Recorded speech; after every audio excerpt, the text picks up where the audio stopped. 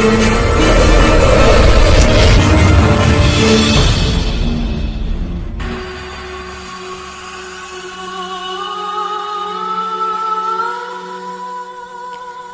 Batu yang dikenal sebagai kota wisata, setiap daerahnya mempunyai sejarah. Salah satunya di daerah Songgoriti yang mempunyai bangunan candi bersejarah yang merupakan awal terbentuknya daerah Songgoriti.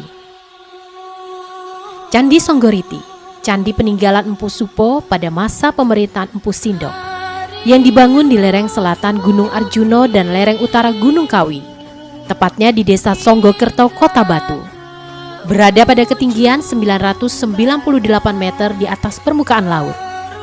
Lokasinya indah dengan pemandangan hijau di sekeliling.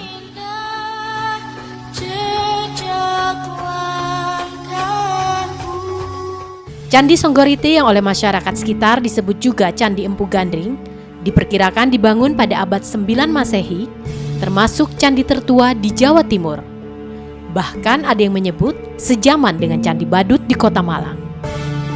Dari ciri tubuh candi yang terbuat dari batu andesit dan bentuknya tambun serta penampil dan hiasannya, candi ini jelas berlanggam Jawa Tengah. Ciri Jawa Tengah yang dominan itu bisa dimaklumi karena pembangunnya adalah Empu Sindok yang saat itu sedang eksodus dari Jawa Tengah ke Jawa Timur.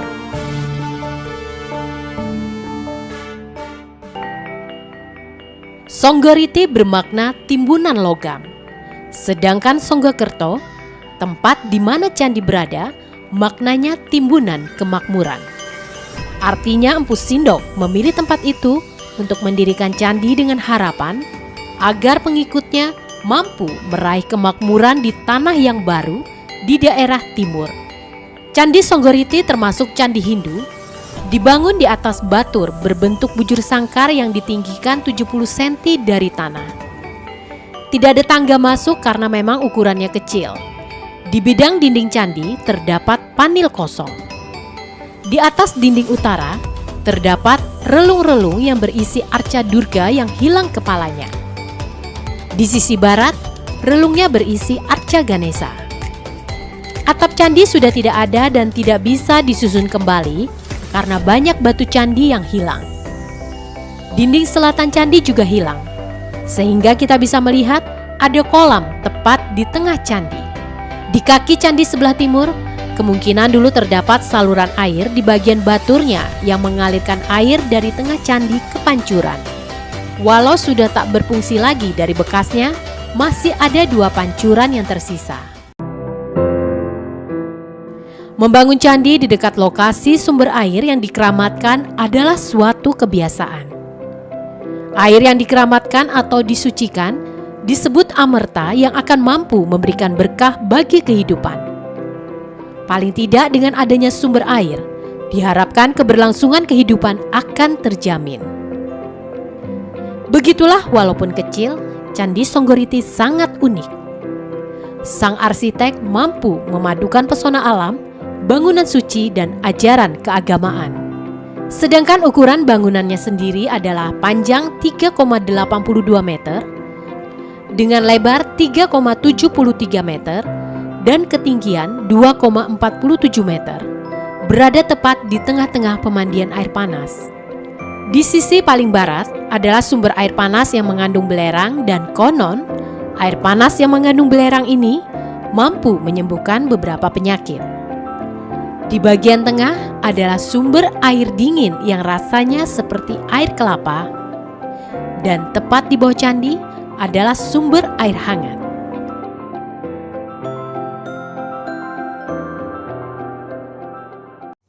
Nama saya Haryoto, selaku juru kunci Candi Songgoriti, juga koordinator candi-candi Semalang Raya. Dan asal-usul cerita dari Candi Songgoriti, dulu Candi Songgoriti tidak bisa ditempati manusia, yang ada kawah panas. Terus akhirnya sama perjalanan Empu Supo sama Empu Sendok dari Mataram kuno, melihat di desa ini belum ada desa yang ada kawah. Seandainya dibuat desa, kelihatan bagus, terus dia bertapa, minta kepada Yang Maha Kuasa. Akhirnya kawahnya ini bisa ditempati manusia kalau kawahnya ini disumputi dengan candi. Akhirnya candinya disumputi dengan candi ini, akhirnya sumbernya mengecil menjadi 3 sumber. Yang satu air panas, yang panasnya 45,7 derajat. Terus yang jarak sebelahnya ada air dingin, itu jarak 1 meter. Air dingin itu yang dinamakan air penghidupan. Dan jarak 2 meter ada di tengah candi ini ada air, jadi airnya panas dingin, dalamnya panas, atasnya dingin.